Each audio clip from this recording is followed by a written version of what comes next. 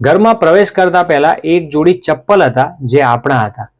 ચાવીથી દરવાજો ખોલ્યો અને તાળું ખોલીને અંદર ગયા ત્યારે ખબર પડી કે સંપૂર્ણ રૂમમાં એક સન્નાટાની અનુભૂતિ થાય છે.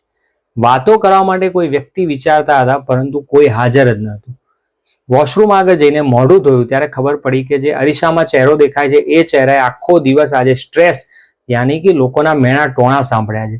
પછી રસોડામાં જઈને થાળી લીધી અને માઇક્રોવેવ ઓવનમાંથી વસ્તુ કાઢીને ચાખી અને ખાધી અને ત્યારબાદ એનો સ્વાદ કેવો લાગ્યો એ કહેવા માટે વિચાર્યું પણ કોઈ હાજર જ નહોતું.